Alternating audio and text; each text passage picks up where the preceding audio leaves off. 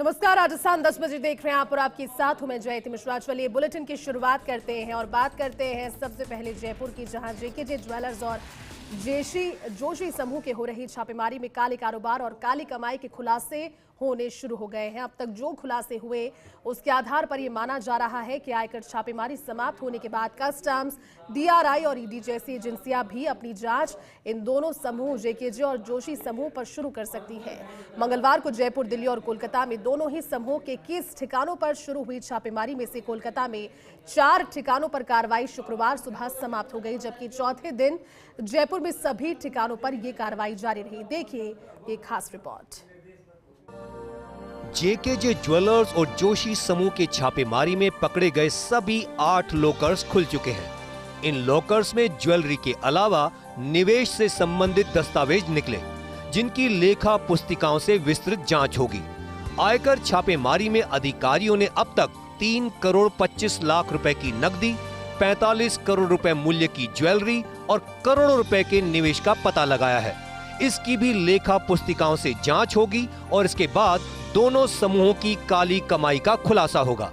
Stock के भौतिक सत्यापन में 100 किलो सोने का हिसाब अधिकारियों को नहीं मिला। अब तक हुई कार्रवाई में अधिकारियों ने 400 करोड़ रुपए के अघोषित कारोबार का पता लगाने का दावा किया है, जिसमें आने वाले समय में और वृद्धि होने की उम्मीद की जा रही है। जेकेजे ज्वेलर्स और जोशी समूह के शेष बचे 17 ठिकानों पर चौथे दिन हो रही छापेमारी में से कुछ ठिकानों पर छापेमारी शुक्रवार को समाप्त होने की उम्मीद की जा रही है। सूत्रों का कहना है कि अब जिन ठिकानों पर छापेमारी की कार्रवाई पूरी होगी, उनमें जोशी समूह के ठिकाने अधिक होंगे। जेकेजे समूह के यहाँ मिल रही गड़बड़ियों को देखते हुए यह माना जा रहा है कि यहाँ छापेमारी की कार्रवाई को पूरा होने में अभी समय लगेगा।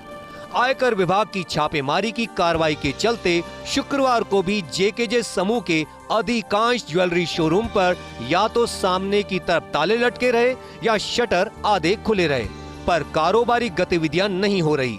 बताया जा रहा है कि अक्षय तृतीया पर वैवाहिक सीजन की खरीद का सबसे बड़ा नुकसान इस साल जेकेजे समूह को उठाना होगा, क्योंकि 10 मई को अक्षय तृतीया पर होने वाली खरीद इससे कुछ पहले ही हो जाती है, जिससे समूह वंचित रहा।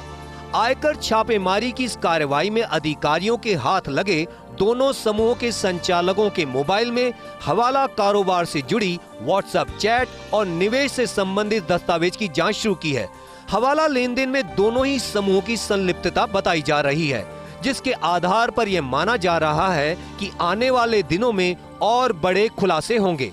इसी तरह छापेमारी में अधिकारियों के हाथ ऊंची ब्याज दरों पर किए गए लेन देन से संबंधित प्रमाण भी दोनों समूहों की मुसीबत बढ़ाएंगे। आयकर अधिकारियों को विश्वास है कि यह छापेमारी राज्य की सबसे सफल छापेमारी में से एक साबित हो सकती है। आयकर छापेमारी का निशाना बने जोशी समूह के ठिकानों से अधिकारियों ने एक हार्ड डिस्क भी बरामद करने की सफलता प्राप्त की है, जिसमें समूह के पूरे कारोबार का कच्चा चिट्ठा बताया जा रहा है। इसके अलावा एक एक्सेल शीट में नकद में किए गए 10 करोड़ के लेन देन का विवरण भी अधिकारियों के हाथ लगा। जोशी समूह के विनय जोशी की कंपनी विश एम्पायर में बोगस शेयर कैपिटल खरीदने वाली बोगस कंपनियों के बैंक स्टेटमेंट्स खंगाले जा रहे हैं, जिनसे भी नए खुलासे होंगे।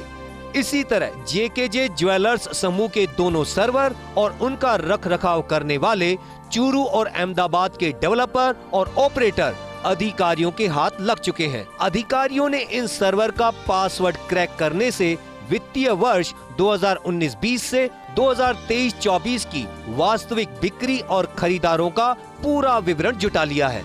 इसके विश्लेषण में भी अनेक खुलासे होने की उम्मीद है। जेकेजे ज्वेलर्स समूह और जोशी समूह के यहाँ चल रही आयकर छापेमारी की कार्रवाई शुक्रवार को चौथे दिन भी जारी रही।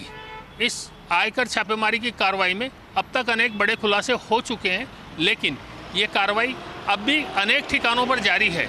इसके आधार पर यह माना जा सकता है कि अभी इस छापेमारी की कार्रवाई में कई बड़े खुलासे होने की उम्मीद है। आयकर छापेमारी की कार्रवाई में अधिकारियों को सबसे बड़ी सफलता जेकेजे समूह के सर्वर को पकड़ने और इस सर्वर के पासवर्ड को क्रैक करने में मिली।